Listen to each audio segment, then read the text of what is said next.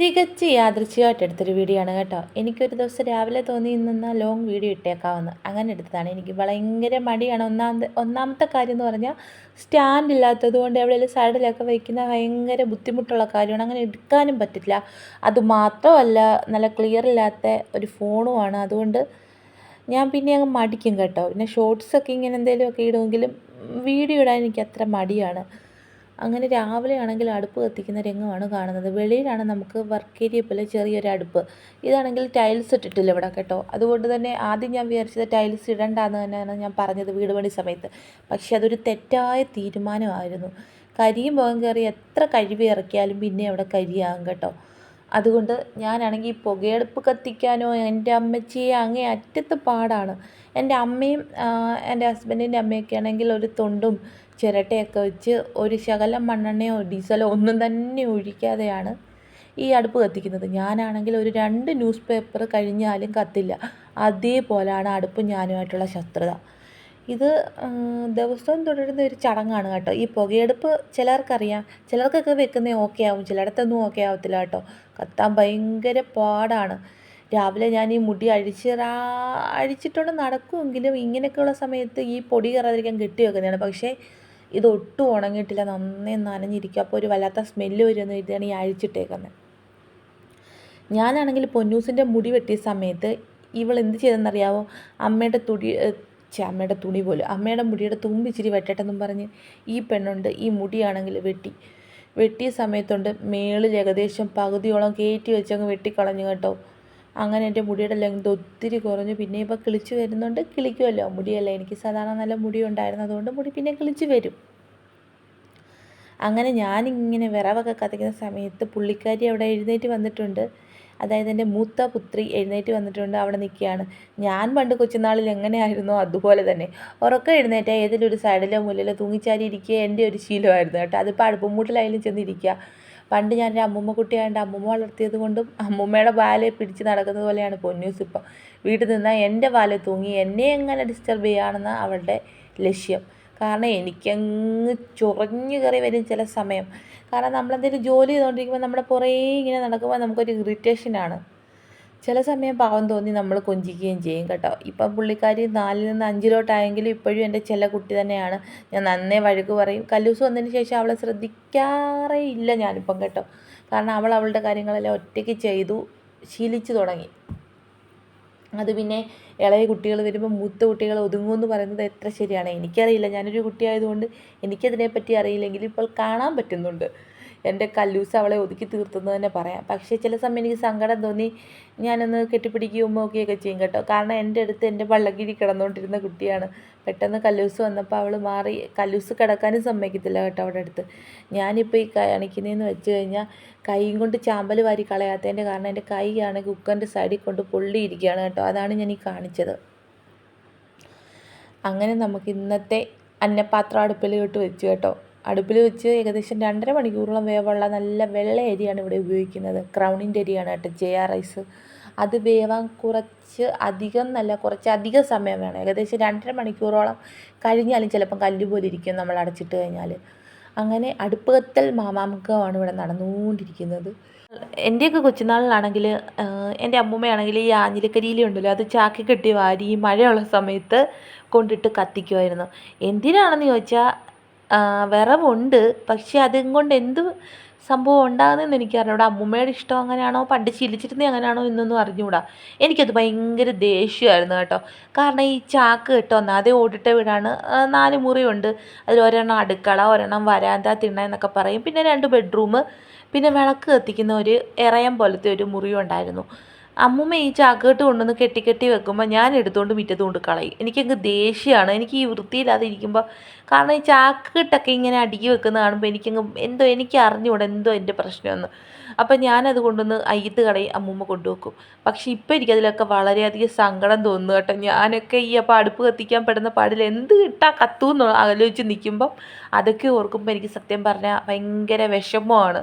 അല്ലെങ്കിലേ എനിക്ക് ആ കാലഘട്ടത്തെ പറ്റി ഓർക്കുമ്പം തന്നെ കണ്ണ് നിറയും. ഇതെന്ന് പറഞ്ഞാൽ പല്ല് തേക്കാൻ പറഞ്ഞതിന് മുഖം പാത്ത് വെച്ചുകൊണ്ടിരിക്കുന്ന രംഗമാണ് കാണുന്നത്. എന്നിട്ട് ഇതാ അടുപ്പും മുട്ടി കയറിയിരിക്കുന്നു. എന്താ ഇപ്പം പറയുക? എനിക്കറിയില്ല. എനിക്കെൻ്റെ കുഞ്ഞുനാളത്തെ എൻ്റെ ബാല്യകാലം ഓർമ്മ വന്നതുകൊണ്ട് 2, 3 വട്ടം ഞാൻ പറഞ്ഞങ്ങ് നിർത്തിയിട്ട് ഇരിക്കുന്നെങ്കിൽ ഇരിക്കട്ടെ എന്ന് വിചാരിച്ചു. അവിടെ അരകല്ലിടുന്ന ഭാഗമാണ്. പക്ഷെ അരകല്ലിട്ടിട്ടില്ല. അവളിങ്ങനെ ശ്രദ്ധിച്ചുകൊണ്ട് വീക്ഷിച്ചിരിക്കുകയാണ്. ഒന്നാമത്തെ ന്യൂസ് പേപ്പറായി, രണ്ടാമത്തെ ന്യൂസ് പേപ്പറായി, ഇന്നെങ്ങാനും കത്തുമോ എന്നൊക്കെ ഇടയ്ക്ക് എന്നോട് ട്രോളുന്നുണ്ട്. ഞാൻ പറഞ്ഞ അവിടെ ഇരുന്നോണം, തീ പിടിച്ച് ഉടുപ്പേലെങ്ങാനും കയറും, മാറിപ്പൊടി എന്ന് പറഞ്ഞിട്ടൊക്കെ കേൾക്കണ്ടേ, അവിടെ കുത്തിയിരിക്കുകയാണ്. ഞാൻ വിചാരിച്ചാൽ എന്നാൽ അവിടെ ഇരിക്കട്ടെ, എനിക്കൊരു കമ്പനി ഉണ്ടല്ലോ, കൊച്ചു വർത്താനം കേട്ടോണ്ടിരിക്കാമല്ലോ എന്ന് കരുതി 1, 2, 3 ന്യൂസ് പേപ്പർ തീരുന്നതല്ലാതെ അടുപ്പ് കത്തുന്നില്ല. അങ്ങനെ ഏകദേശം എന്നോടുള്ള യുദ്ധം അവസാനിപ്പിച്ചിട്ട് പതുക്കെ കത്താൻ തുടങ്ങി. ഇതിപ്പോൾ നമ്മൾ കലം വെക്കുമ്പോൾ കണ്ടോണം, തീ കത്തിച്ചടുപ്പാന്ന് പോലും പറയത്തില്ല. ഈ നശിച്ച പുകയെടുപ്പ് വെക്കണ്ടായിരുന്നു എന്നാണ് എൻ്റെ അഭിപ്രായം. ചിലരൊക്കെ പറയും പെട്ടെന്ന് കത്തുമെന്ന്. ഇവിടുത്തെ അടുപ്പ് വെച്ചതിൻ്റെ കുറ്റമാണോ എന്തോ എന്നറിഞ്ഞൂടാ. പുകഞ്ഞ് പണ്ടാരമടങ്ങും. പുകഞ്ഞ് നമ്മൾ ചത്താലും വേണ്ടിയില്ല, ഈ അടുപ്പൊന്ന് കത്താൽ മതി ഈശ്വര എന്നൊരു പ്രാർത്ഥനയാണ്. കാരണം ഈ പൊന്നൂസ് സ്കൂളിൽ രാവിലെ 8:20 സ്കൂൾ ബസ് വരും. ഞാനൊരു 5:30 എഴുന്നേറ്റാൽ പോലും ആ സമയമാകുമ്പോൾ ഈ ചോറ് വേവത്തില്ല. ചില സമയങ്ങളിൽ പെട്ടെന്ന് പുള്ളിക്കാരൻ സഹകരിക്കും. പക്ഷേ ചില സമയത്ത് നമുക്ക് ഈ അടുപ്പ് വെട്ടിപ്പൊളിച്ച് അയിത്ത് കളഞ്ഞാൽ എന്താന്ന് തോന്നും. കാരണം നല്ല തീ ഉണ്ടെങ്കിൽ പോലും ഈ വെള്ളം തിളക്കത്തില്ലെന്നേ. നമ്മൾ വെള്ളം തിളച്ചെന്നും പറഞ്ഞ് വന്ന് നോക്കുമ്പോൾ നമുക്ക് ചില സമയം സങ്കടം വന്ന് കരഞ്ഞിട്ടുണ്ട് കേട്ടോ. അത് കണ്ടോ ഇപ്പോൾ വീഴേണ്ട കാര്യം, ആ കെട്ടേന്ന് എടുത്ത് ചാടിയത് കണ്ടോ ആ പെണ്ണ്. അങ്ങനെയാണ്. എന്തോ പറയാനെന്ന് പറ. കൊച്ചിലത്തെ എൻ്റെ അതേ ശീലങ്ങളൊക്കെ അവൾക്കും ഉണ്ട് കേട്ടോ. നമ്മുടെ പണ്ടത്തെ റോസയാണ്. ഈ റോസാപ്പൂവിന് കൊതിച്ചൊരു കാലം ഉണ്ടായിരുന്നു. സ്കൂൾ യൂണിഫോമൊക്കെ ഇട്ട് കുടുങ്ങി പോകുന്ന സമയത്ത് പല വീടുകളിലും ഈ പൂവുണ്ട്. നമ്മുടെ വീട്ടിലൊക്കെ പൊഴിഞ്ഞു പോയി കാണും. ഒരു പൂ ചോദിക്കുമ്പോൾ എന്തൊരു അഹങ്കാരമാണ് വീട്ടുകാർക്ക്. ഒരെണ്ണം തരത്തില്ല. കാരണം സ്കൂളിലെല്ലാ പിള്ളേരും ഉണ്ടല്ലോ ഈ പിന്നിടുന്ന മുടിയുടെ സൈഡിൽ ഈ പൂവൊക്കെ വെച്ചുകൊണ്ട് വരും. അന്നത്തെ ഒരു ഫാഷൻ. ഇന്ന് പൂ പോയിട്ടൊരു മുല്ലപ്പൂ പോലും പിള്ളേർ വെക്കത്തില്ല. എങ്കിലും ഇപ്പം ഇതൊക്കെ കാണുമ്പോൾ അന്നത്തെ കാലത്തൊക്കെ നമ്മൾ ഒന്ന് പുറകോട്ട് പോകും. അന്നത്തെ കാലം എന്ന് പറഞ്ഞാൽ ഞാൻ 94-ലുള്ള വ്യക്തിയാണ് കേട്ടോ. ഇപ്പോൾ ഒരു 30-31 വയസ്സ് കഴിഞ്ഞു. അപ്പോഴും നമ്മൾ ഒത്തിരി അങ്ങ് അമ്മച്ചി വൈബായതുപോലെയാണ് ഫീൽ ചെയ്യുന്നത്. അമ്മച്ചിയാണ് എങ്കിൽ പോലും ഇല്ലേ, പണ്ടത്തെ കാലം ഞാൻ ആരോടെങ്കിലും പറയുമ്പോഴും ഇങ്ങനെയാണ്. അപ്പോൾ അവരും ചോദിക്കും എന്തിനാണ് ഇത്രയൊക്കെ പുറകിലോട്ട് പോകുന്നതെന്ന്. എന്നാലും പുറകിലോട്ട് പോകാറായില്ലേ അല്ലേ. അങ്ങനെ നിന്നപ്പോഴാണ് നമ്മുടെ ഈ ഗേറ്റിൻ്റെ ഈ മതിലിൻ്റെ അരികിൽ ഒരു പേരയുണ്ട് കേട്ടോ. ആ പേര നിറച്ച് കായ്ച്ചിട്ടുണ്ട് ഈ വർഷം. കാരണം ആദ്യമായിട്ടാണ് കാ പിടിക്കുന്നത്. ഞാൻ ഈ ചെല്ലയെല്ലാം വെട്ടിക്കളയാമെന്ന് കരുതി. കാരണം സ്കൂൾ ബസ് വരുന്നതൊക്കെ കാണാൻ ഇപ്പോൾ പറ്റുന്നില്ല. ഇച്ചിരി ഈ പേര റോഡിലോട്ട് നിൽക്കുന്നുണ്ട്. കണ്ട നിറച്ച് കായ് പിടിച്ച് നിൽക്കുന്നു. അന്നേരം എനിക്ക് വെട്ടിക്കളയാൻ തോന്നിയില്ല കേട്ടോ. ഞാൻ ആ ചില്ല വെട്ടാൻ പോയപ്പോഴാണ് ഇത് കാണുന്നത്.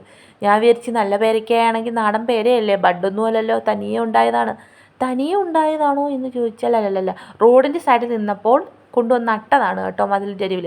പക്ഷേ ഈ പേര മുറിക്കല്ലേ എന്ന് ഒത്തിരി പേരുടെ പരാതിയുണ്ട് കേട്ടോ. കാരണം ഈ സൈഡിൽ താഴത്തെ റോഡിൽ നിന്ന് വരുന്നവരൊക്കെ ബസ് പിള്ളേരെ കയറ്റി വിടാനും വെയിൽ വരുമ്പോഴായാലും മഴ വരുമ്പോഴായാലും ഇതിൻ്റെ കീഴിലാണ് വന്ന് നിൽക്കുന്നതെന്ന്. അതുകൊണ്ട് ആ കമ്പ് വെട്ടലേ എന്നാണ് അവരുടെ അഭ്യർത്ഥന. പക്ഷേ എനിക്കാണെങ്കിൽ ഈ കുഞ്ഞിൻ്റെ ബസ് വരുന്നത് ഈ സിറ്റ് ഔട്ടിൽ നിന്നുകൊണ്ട് മഴ പെയ്യുമ്പോൾ നോക്കുമ്പോൾ ഈ ശില്ല കാരണം കുറച്ചൊന്നും കാണാൻ പറ്റുന്നില്ല കേട്ടോ. അങ്ങനത്തെ പ്രശ്നം കാരണം ഞാനിങ്ങനെ ആലോചനയിൽ നിൽക്കുമ്പോഴാണ് ഈ പേരക്കായ്കൾ കാണുന്നത്. അപ്പം കരുതി വേണ്ട അവിടെ നിന്നോട്ടെന്ന്. അത് കഴിഞ്ഞിട്ട് പൊന്നൂസൻ്റെ കുറേ കോക്കറി കാണിച്ച് നടക്കുവാണ്. അവിടെ പല്ല് തേപ്പ് ഇന്നൊന്നും കഴിയുമെന്ന് തോന്നുന്നില്ല. ഞാൻ അകത്ത് കയറി ഒരു ചായ കുടിക്കാൻ ഗ്ലാസ്സിൽ ഒഴിച്ച് വെച്ചിട്ട് പോയതാണ്. വാട്ടച്ചായ ഇതിനെ വിളിക്കാം. കാരണം പാലിന് അത്ര കൊഴുപ്പില്ലെന്നേ. എന്തായാലും ഞാൻ ഈ വാട്ടച്ചായയൊക്കെ കുടിക്കുന്ന സമയത്ത് കൊള്ളില്ലെങ്കിലും ഉണ്ടല്ലോ, എനിക്ക് ഈ വായിക്കകത്തിട്ടിങ്ങനെ ഉഴപ്പിക്കളയുന്നൊരു സ്വഭാവമുണ്ട്. എനിക്ക് അറിഞ്ഞൂടെ അതെന്താന്ന്. ഇല്ല പച്ചവെള്ളം കഴിച്ച് കഴിയുന്ന പോലെയാണ് ഞാൻ ചായ കുടിക്കുന്ന ചില സമയങ്ങളിൽ. വാട്ടച്ചായ ഒന്നിനും കൊള്ളത്തില്ല. അത് കഴിഞ്ഞിട്ട് ഞാൻ എൻ്റെ മുടി കുറച്ചൊന്ന് ഒതുങ്ങി കഴിഞ്ഞപ്പോൾ ഒന്ന് കെട്ടി വെച്ചു കേട്ടോ. കയ്യിൽ മുടിയൊന്നും ഊരി വരാത്തത് കൊണ്ടാണ് ഈ അടുക്കളയിൽ നിന്ന് മുടി കെട്ടിയത്. അങ്ങനെ ആരും ചെയ്യരുത് കേട്ടോ. അങ്ങനെ അത് കഴിഞ്ഞിട്ട് ഞാൻ ഗ്ലാസ്സെല്ലാം കഴുകി വെച്ചിട്ട് ഇഡലിക്ക് ദോശമാവ് കുറച്ച് ഇരിപ്പുണ്ട്. പക്ഷേ ഞാനിപ്പോൾ 2-3 വട്ടം ഇഡലി ഉണ്ടാക്കുമ്പോൾ ഇങ്ങനെ പതുങ്ങി നിരപ്പേ ഇരിക്കുവാണ് കേട്ടോ. ഇഡലി ഇങ്ങനെ പൊങ്ങി വരുന്നില്ല, എന്തോ കാര്യം എന്ന് പറഞ്ഞുകൂടാ. പക്ഷേ ഇന്നലത്തെ മാവ് ഞാൻ അരി ഉഴുന്ന് സെപ്പറേറ്റ് ഇട്ട് അരച്ച് നല്ലതായിട്ട് അരച്ച് ഇച്ചിരി ചോറും ഉലുവയൊക്കെ ഇട്ടാണ് വെച്ചത്. അപ്പം നല്ലപോലെ വരുന്നുണ്ട്. അത് കഴിഞ്ഞിട്ട് നമ്മുടെ കല്ലൂസിന് 3 വയസ്സായിട്ട് ഈ വട്ടം ലാസ്റ്റ് ഈ ഒരു പാക്കറ്റ് അമൃതപ്പൊടി കിട്ടി. അതേ ഉള്ളൂ കേട്ടോ. ഇനി അവൾക്ക് അമൃതപ്പൊടി അങ്ങനത്തെ കാര്യങ്ങളൊന്നും കിട്ടത്തില്ല. അത് കഴിഞ്ഞിട്ട് പിന്നെ നമ്മൾ അത് കഴിഞ്ഞിട്ട് എന്താ പറയാൻ വന്നേ, അത് കഴിഞ്ഞിട്ട് ദോശമാവ് എടുത്ത് വെച്ചപ്പം എൻ്റെ പൊന്നൂസ് അവിടെ വന്ന്. ഈ പെണ്ണിന് ഈ മുടി ചീകുന്നതാവട്ടെ, നേരെ ഒരുങ്ങി നിൽക്കുന്നതാവട്ടെ ഒന്നും ഇഷ്ടമല്ല കേട്ടോ. വളയം മാല കമ്മൽ പൊട്ട് സാധനമൊക്കെ എൻ്റെ നിർബന്ധത്തിനാണ് ഇടുന്നത്. ജസ്റ്റ് ഒന്ന് മുടി കെട്ടി വെക്കാനും അവൾക്ക് ഇഷ്ടമല്ല. അത് എന്തൊരു സ്വഭാവമാണെന്നൊന്നും എനിക്ക് അറിഞ്ഞുകൂടാ. ഈ ടൈമിലൊക്കെ ഞാൻ എന്തോരം വാലിട്ടൊക്കെ കണ്ണെഴുതി ഒരുങ്ങിച്ചാടി നടന്നതെന്നറിയാമോ. പല കളറിലെ പൊട്ട്, മാല, വള, ഇതൊന്നും പെണ്ണിന് താല്പര്യമില്ല. എന്താ കാര്യമെന്ന് എനിക്ക് അറിഞ്ഞുകൂടാ. അത് കഴിഞ്ഞിട്ട് ഞാൻ പറഞ്ഞ ആ ദോശമാവ് ഇളക്കാൻ, ഇങ്ങനത്തെ കാര്യമൊക്കെ എൻ്റെ കല്ലൂസെന്ന് വരുന്നു. പൊന്നൂസിന് ഭയങ്കര ഇഷ്ടമാണ് കേട്ടോ. അപ്പം ഞാൻ എന്നോട് ചോദിക്കുകയാണ്, അമ്മേ ദോശയാണോ അമ്മ ഇന്ന് ഉണ്ടാക്കുന്നത്? അവൾക്ക് ഏറ്റവും ഇഷ്ടപ്പെട്ട 24 മണിക്കൂർ അവൾക്ക് ദോശ നെയ്യ് ഒഴിച്ച് കൊടുക്കാമെങ്കിൽ ഏറ്റവും ഇഷ്ടപ്പെട്ട അതാണ് ഉള്ളിച്ചമ്മന്തി. അപ്പോൾ ആ മുഖത്തെ എക്സ്പ്രഷൻ കണ്ടോ. ഞാൻ പറഞ്ഞ്, എടി പെണ്ണെ ഇന്ന് ദോശയല്ല, നീ ഇച്ചിരി ഇഡലിയോ മറ്റ് കാര്യങ്ങളോ ഒന്നും മാറ്റി പിടിക്കാൻ, നമുക്ക് ആകെ കുറച്ച് മാവേ ഉള്ളൂ, ഒരു 3 തട്ട്. അന്നേരം ഞാൻ പറഞ്ഞ, മക്കളൊരു കാര്യം ചെയ്യും, എൻ്റെ പൊന്നുമോന് ഇഡലി അമ്മ തരാം. അപ്പോൾ എന്നോട് ചോദിക്കുകയാണ് ഇഡലിക്കകത്ത് നെയ്യ് ഒഴിക്കുമെന്ന്. അപ്പം ഞാൻ ചുമ്മാ പറഞ്ഞ് നെയ്യ് ഒഴിക്കുമെന്ന് കേട്ടോ. പുള്ളിക്കാരിയെ സമയത്ത് ഞാൻ ഇവിടുന്ന് മാറ്റി നിർത്തി. അവളുടെ വിചാരം ഞാൻ നെയ്യ് ഒഴിക്കുമെന്നാണ്. പക്ഷേ ഞാൻ വെളിച്ചെണ്ണ തൂന്നേ അവൾ കണ്ടു. അവൾ എന്നെക്കാട്ടി ബുദ്ധിമതിയാണ് കേട്ടോ. ഇനി 5ാം ക്ലാസ്സിലായില്ലേ. അവളിങ്ങനെ അടവിക്കൂടെ നിന്നിട്ട് അതെല്ലാം ശ്രദ്ധിച്ചിട്ട് എന്നോട് പറയുക, അമ്മ വെളിച്ചെണ്ണയില്ലേ ഈ ഒഴിക്കുന്നതെന്ന്. അപ്പം ഞാൻ പറഞ്ഞു, അപ്പം നിനക്ക് അറിയാം വെളിച്ചെണ്ണ ഒഴിക്കുന്നതെന്ന്, അപ്പം നീ എന്നെ ആക്കാൻ വേണ്ടി ചോദിച്ചു അല്ലടി കള്ളീന്ന്. അങ്ങനെ നിന്നിട്ട് എന്നോട് പറഞ്ഞ് മാവ് അവൾ ഒഴിക്കാമെന്ന്. ഞാൻ പറഞ്ഞു, മക്കൾ ഒഴിച്ചാൽ ശരിയാവത്തില്ല. ഒന്നാമത് ഇത് പരന്ന് വരുമോ നേരെ വരുമോ എന്നറിയാൻ വയ്യ. ഇനി ദോശ ചുട്ടുകൊണ്ട് നിൽക്കാൻ ഈ സമയമില്ല. കാരണം അവളുടെ കൈ കൊടുത്താൽ അവൾ ചുട്ടും, ഗ്യാസൊക്കെ ഞാൻ കത്തിച്ച് കൊടുത്താൽ ദോശക്കല്ലൊക്കെ വെച്ച് കൊടുത്താൽ ചുടുമെങ്കിലും ചില സമയമുണ്ടെങ്കിൽ തീ കൂട്ടി വെക്കുമ്പോൾ ആ ദോശ ഇങ്ങനെ ഇളകി വരാനൊരു പാടമൊക്കെ ഉണ്ട്. അതുകൊണ്ട് മക്കൾ ഇന്ന് ആ സാഹസത്തിന് നിൽക്കേണ്ട, സമയം പോലെ അമ്മ ചെയ്യിപ്പിക്കാമെന്ന് പറഞ്ഞ് ഞാൻ വല്ലപ്പോഴും ഒക്കെ ഇങ്ങനെ ചെയ്യിപ്പിക്കും കേട്ടോ. കാരണം ഞാൻ നാളെ ഇല്ലെങ്കിൽ പോലും അവളൊരു ദോശയെങ്കിലും ചൂടാൻ അറിയട്ടെ. അല്ലെ ഗ്യാസൊന്നും ഇപ്പോഴേ കത്തിക്കാൻ എനിക്ക് തന്നെ പേടിയാണ്. എൻ്റെ കൂട്ട് അസുഖമുള്ളവരുണ്ടോ എന്ന് അറിഞ്ഞുകൂടാ. കാരണം ഞാനുണ്ടല്ലോ 24 മണിക്കൂർ റെഗുലേറ്റർ ഓഫ് ചെയ്ത് വെക്കും പാചകം ചെയ്ത് കഴിഞ്ഞാൽ. എനിക്ക് ഭയങ്കര പേടിയാണ്. വേറൊരാളെന്നെ ഇപ്പോൾ സിലിണ്ടർ ഫിറ്റ് ചെയ്യാൻ വിളിച്ച്, അപ്പുറത്തെ വീട്ടിലെ അമ്മൂമ്മയൊക്കെ ആണെങ്കിൽ ഒന്ന് സിലിണ്ടർ ഫിറ്റ് ചെയ്യാൻ വിളിച്ചാൽ ഒരു 50 വട്ടം ഞാനത് പൊക്കിയിട്ട് നോക്കിയിട്ടാണ് വെക്കുന്നത്. എനിക്കൊരു ഭയമാണ്, എന്താണെന്ന് അറിഞ്ഞൂടാ അങ്ങനത്തെ കാര്യങ്ങളിലൊക്കെ. ഞാൻ രാത്രി കിടക്കാൻ നേരം ഒരു 500 വട്ടം ചെന്ന് നോക്കും, റെഗുലേറ്റർ ഓഫ് ചെയ്തോ, അത് അടുക്കളയുടെ കുറ്റിയിട്ടോ അവിടെ ഇട്ടോ ഇവിടെ ഇട്ടോ എന്ന് എനിക്ക് അറിഞ്ഞുകൂടാ. അതുപോലെ തന്നെയാണ് എനിക്ക് കുക്കറിൻ്റെ ഫിസിലാണെങ്കിൽ ഞാൻ കഴുകും, മീക്കിലിട്ട് കുത്തും, കമ്പിയിട്ട് കുത്തി അതിനകത്തൊക്കെ ഹോളിനകത്തൊക്കെ വല്ലതും തടഞ്ഞിരിപ്പുണ്ടെന്ന് നോക്കും. കുക്കർ പൊട്ടിത്തെറിക്കുന്ന വാർത്തകൾ ഇടയ്ക്കിടയ്ക്ക് കേൾക്കുന്നതുകൊണ്ട് എനിക്കതും ഭയങ്കര പേടിയാണ്. കുക്കർ വെക്കുന്ന സമയത്ത് ഞാൻ കുഞ്ഞെങ്ങാനും ഇങ്ങോട്ട് വരുവാണെങ്കിൽ ഞാൻ അവളെ മാറ്റി നിർത്തും. കാരണം എൻ്റെ ദേഹത്ത് വീണാലും അവിടെ ദേഹത്ത് വിരലേ ദൈവമേ എന്നുള്ള പ്രാർത്ഥനയാണ്. എനിക്കങ്ങ് അറിയില്ല കേട്ടോ. എനിക്ക് ഓരോ വാർത്തകൾ കേൾക്കുമ്പോൾ ഞാൻ അതിനെ ചിന്തിച്ച് ഇങ്ങനെ ഇരിക്കുന്ന ഒരു ടൈപ്പാണ്. എനിക്കറിയില്ല, ഒരു വല്ലാത്ത ഭയമാണ് കേട്ടോ എനിക്ക് എല്ലാത്തിനോടും. അതുകൊണ്ട് ഞാനാണെങ്കിൽ പറയും, മക്കളെ എനിക്ക് പേടിയാണ്, അമ്മ ഗ്യാസ് കത്തിക്കാൻ ഇപ്പോഴേ പഠിപ്പിക്കത്തില്ല. അവൾക്കറിയാം ഞാൻ ലൈറ്റർ വെച്ച് കത്തിക്കുന്നതൊക്കെ, പക്ഷേ ഞാൻ പേടിപ്പിച്ച് നിർത്തിയൊക്കെയാണ്. എന്നിട്ട് ഞാൻ ചെയ്തൊരു കാര്യം, ഞാനൊരു ന്യൂസ് പേപ്പറിനകത്താണ് ഈ പച്ചക്കറി എല്ലാം എടുത്ത് അരിഞ്ഞിടുന്നത്. അപ്പോൾ അത് ചുരുട്ടി നമുക്ക് കൊണ്ടുവന്ന് വേസ്റ്റിനകത്തോട്ട് ഇടാം.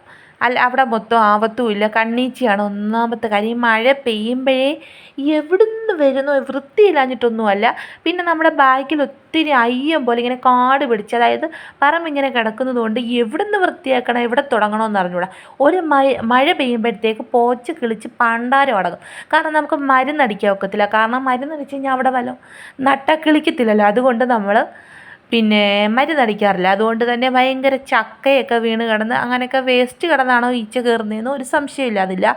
അത് കഴിഞ്ഞിട്ട് ഞാനിങ്ങനെ മലക്കറി എത്തുമ്പോൾ പുള്ളിക്കാരി ഓരോന്നെടുത്ത് കാണിച്ചുകൊണ്ടിരിക്കുകയാണ് കേട്ടോ. സത്യം പറഞ്ഞാൽ എനിക്ക് അവളുടെ മുഖം കാണുമ്പോൾ ഒരു സങ്കടം തോന്നുന്നുണ്ട്. പിന്നെന്താ, എനിക്ക് അറിഞ്ഞുകൂടാ പറയാൻ. അത് ഓരോന്നും ഇങ്ങനെ പറയുകയാണ് കേട്ടോ ഫോണിൽ നോക്കിയിട്ട്.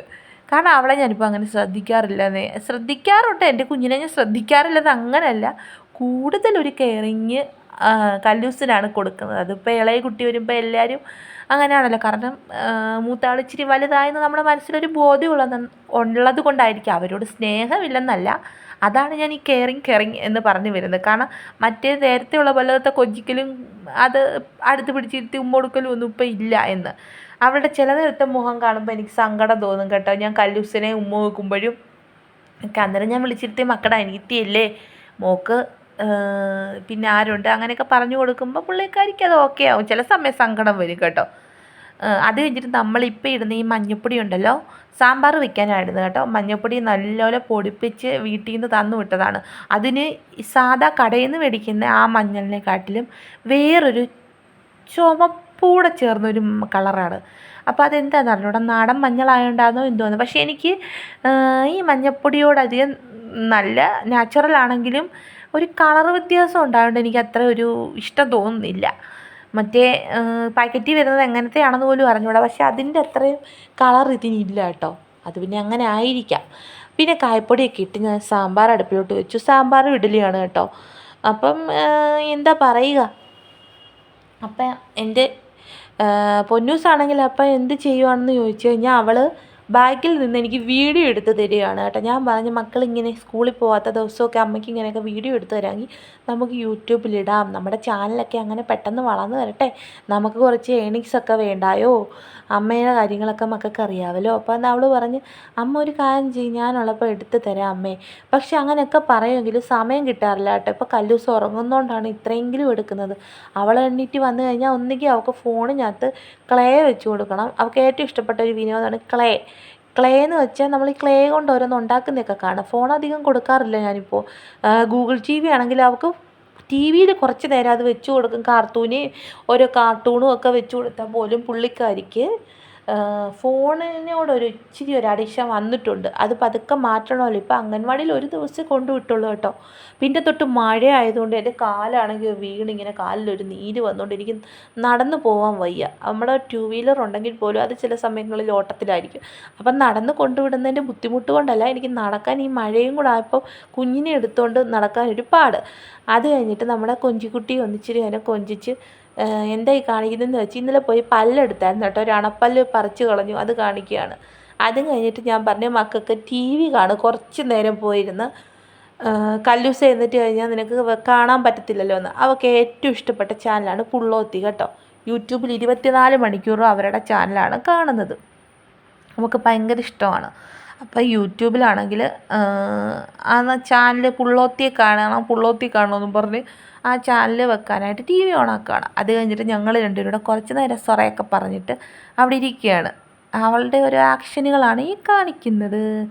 അത് കഴിഞ്ഞിട്ട് ഞാൻ ചുമ്മാ ജസ്റ്റ് വിചാരിച്ച് ഫോട്ടോയിലോട്ട് നോക്കിയപ്പോൾ ഇത് ഞാൻ പൊന്നൂസിന് 1 വയസ്സുള്ളപ്പോൾ എടുത്തത് കൊഞ്ചിക്കുട്ടിയാണ് കേട്ടോ. എന്തോ വണ്ണമായിരുന്നെന്നറിയാവോ, ഇപ്പം അങ്ങ് കോല് പോലായി. ഞാനും അതുപോലൊക്കെ ഇരുന്നു. ഇപ്പം സെക്കൻഡ് ഡെലിവറി കഴിഞ്ഞപ്പോഴാണ് ഇത്രയേറെ തടിച്ചിയായത്. അത് കഴിഞ്ഞിട്ട് നമ്മുടെ കല്ലുമുത്താണ് ഈ കിടക്കുന്നത് കേട്ടോ. ഇതൊക്കെ ഞാൻ ഫോണിലെടുത്തിട്ട് ഫോട്ടോ ആക്കിയതാണ്. അതിനകത്ത് എന്തോ പൊടി ഇരിക്കുന്നതുകൊണ്ട് നല്ല ക്ലാരിറ്റിയിൽ അതൊക്കെ ഇനി വൃത്തിയാക്കണം. അത് കഴിഞ്ഞിട്ട് അപ്പുറത്ത് നിൽക്കുന്ന നമ്മുടെ പൊന്നൂസാണ്. ഇതും നമ്മുടെ പൊന്നൂസാണ് കേട്ടോ. 2 വയസ്സിലെങ്ങാണ്ട് എടുത്ത ഫോട്ടോയാണ്. ഇത് കല്ലൂസാണ്. അങ്ങനെ അത് കഴിഞ്ഞിട്ട് നമ്മുടെ പൊന്നൂസിൻ്റെ ട്രോഫികളാണ് ഇത്. ഈ 4 വർഷത്തിനിടയ്ക്ക് കുഞ്ഞിന് കിട്ടിയതാണ് കേട്ടോ. അവിടെ ചെറിയ ഗിഫ്റ്റുകളാണെങ്കിൽ പോലും എനിക്ക് അവൾക്കത് വളരെ പ്രിയപ്പെട്ടതാണ്. ഞാൻ ഫസ്റ്റ് കിട്ടായിരുന്നു എന്നൊക്കെ പറഞ്ഞ്, ചിലതിനൊക്കെ ഫസ്റ്റ് ഉണ്ട് കേട്ടോ. അപ്പോഴും അവൾ എന്നോട് പറയും, അമ്മയ്ക്ക് എന്നെ എപ്പോഴും കുറ്റം പറയില്ല, ഫസ്റ്റ് കിട്ടായിരുന്നു എന്ന് പറഞ്ഞത് അവൾ ഫസ്റ്റിലെത്താൻ വേണ്ടി മാത്രമാണ്. കാരണം നമുക്കൊന്നും എത്താൻ പറ്റാത്തതൊക്കെ അവളിലൂടെ നേടട്ടെ എന്ന് കരുതിയാണ് ഞാനങ്ങനെ പറയുന്നത്.